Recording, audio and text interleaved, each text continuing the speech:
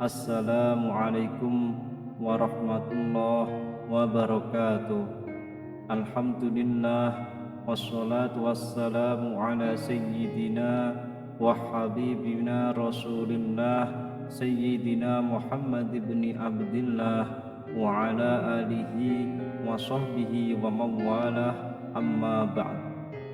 Harapan dan doa saya semoga saudaraku semuanya selalu diberikan kesehatan, dilapangkan rezekinya, diampuni dosa-dosanya, dan dipanjangkan umurnya.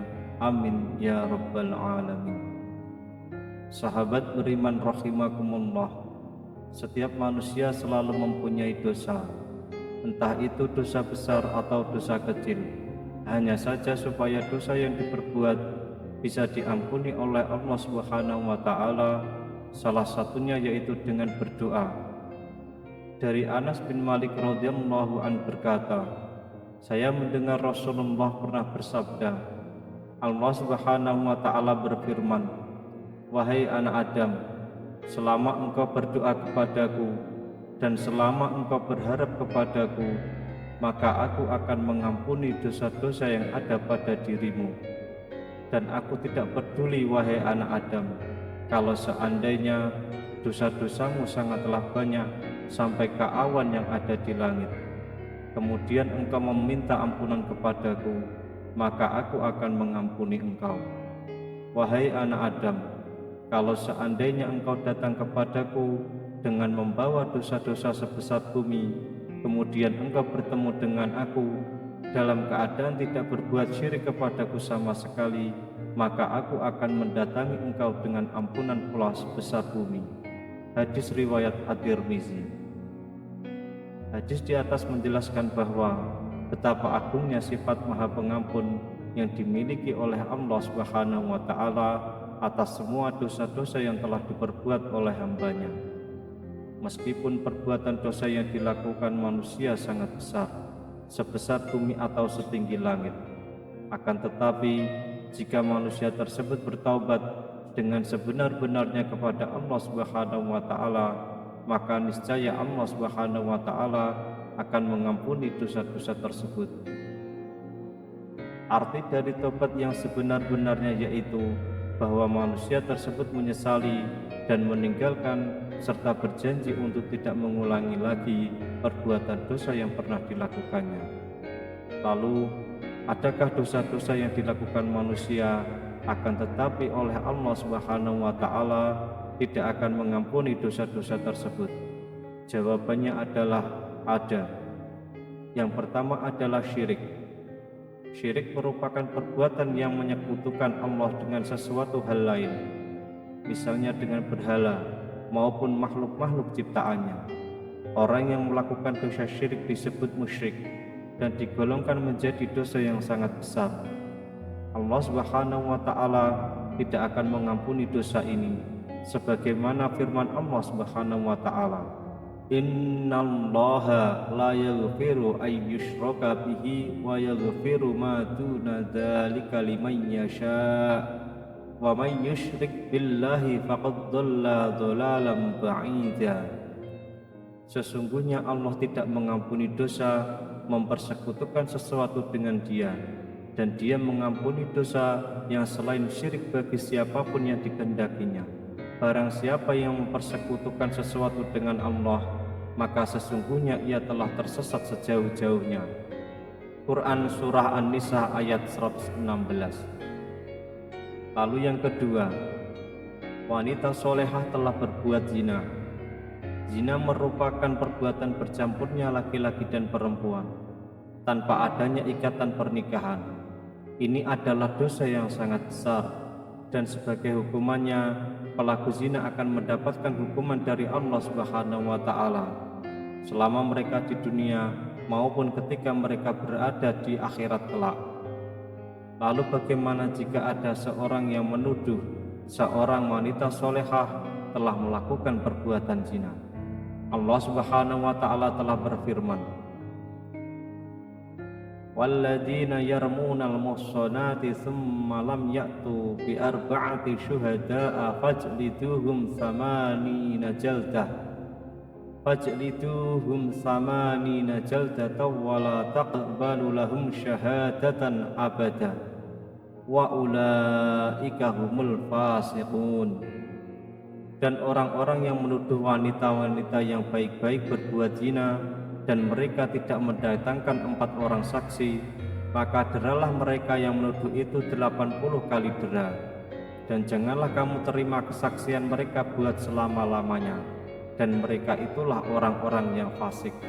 Quran Surat An-Nur ayat 4. Yang ketiga, sihir. Dosa yang tidak terampuni selanjutnya adalah sihir. Sihir tergolong ke dalam perbuatan dosa yang sangat besar, karena sihir adalah salah satu perbuatan setan, dan orang-orang yang melakukannya termasuk ke dalam golongan orang kafir.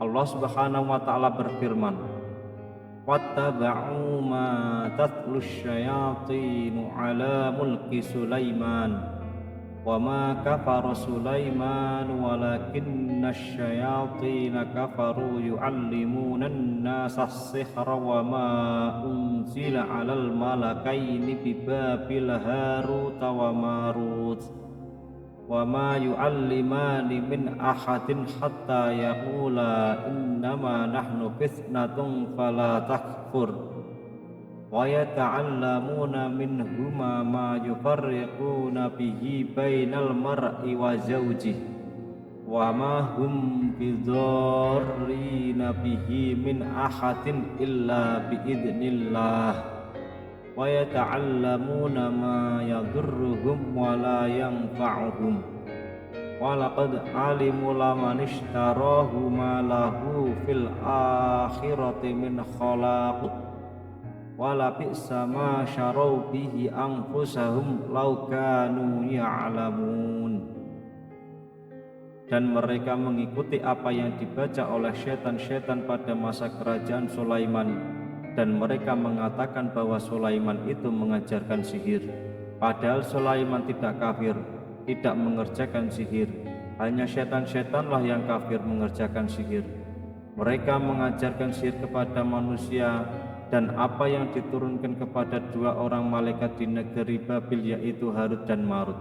Sedang keduanya tidak mengajarkan sesuatu kepada seorang pun sebelum mengatakan, sesungguhnya kami hanya cobaan bagimu, sebab itu janganlah kamu kafir. Maka mereka mempelajari dari kedua malaikat itu apa yang dengan sihir itu. Mereka dapat menceraikan antara seorang suami dengan istrinya, dan mereka itu ahli sihir, tidak memberi mudarat dengan sihirnya kepada seorang pun kecuali dengan izin Allah. Dan mereka mempelajari sesuatu yang tidak memberi mudarat kepadanya dan tidak memberi manfaat.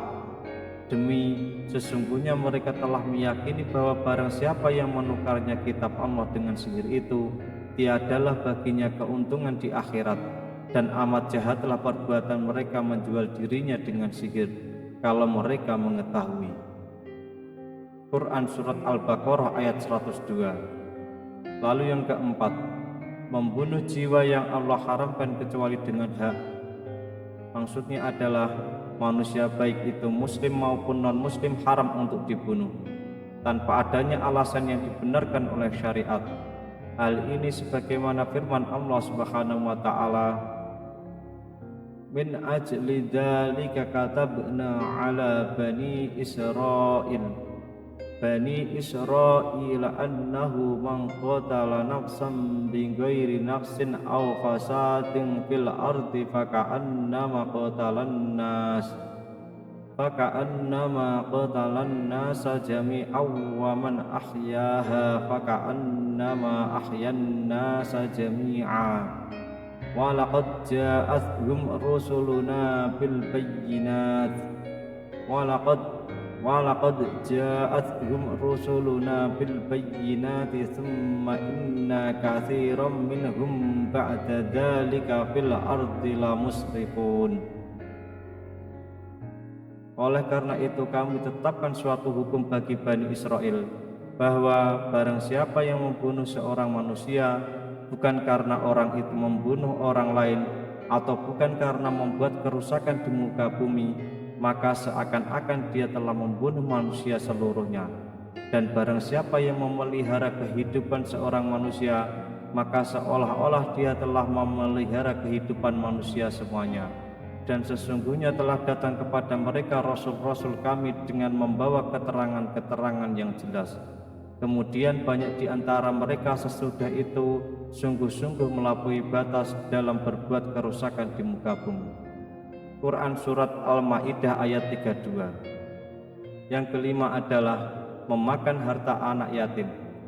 Memakan harta yang menjadi hak anak-anak yatim dengan cara yang bakhil adalah termasuk perbuatan zalim, dan itu merupakan dosa yang sangat besar. Sebagaimana firman Allah Subhanahu wa taala, Innal ladzina ya'kuluna amwalal yatama dzulman innama ya'kuluna fi butunihim nara wa sayaslawna sa'ira. Sesungguhnya orang-orang yang memakan harta anak yatim secara zalim, sebenarnya mereka itu menelan api sepenuh perutnya, dan mereka akan masuk ke dalam api yang menyala-nyala, neraka. Quran Surat An-Nisa ayat 10. Kemudian yang keenam, meninggalkan peperangan atau jihad. Para ulama telah sepakat bahwa meninggalkan medan peperangan atau jihad adalah salah satu bentuk perbuatan dosa besar.